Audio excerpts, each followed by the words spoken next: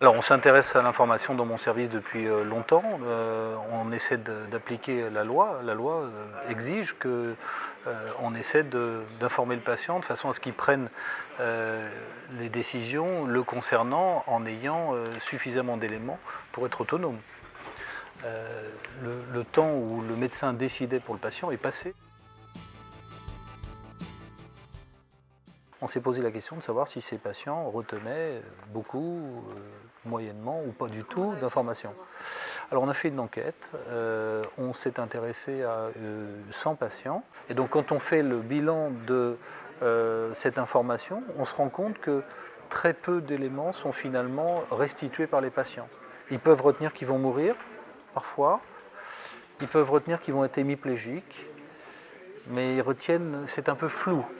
Et parfois, ils se trompent sur la finalité de l'examen, sur ce qu'on va en faire, sur les possibilités de traitement ultérieures, etc.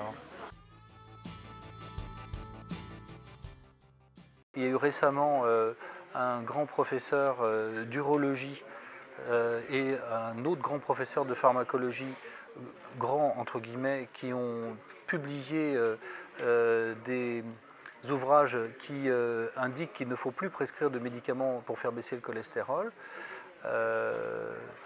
Et on a été confronté à de grandes difficultés pour contrer ce discours qui était absolument erroné en termes scientifiques et qui était un discours mercantile parce que ces gens vendaient un ouvrage.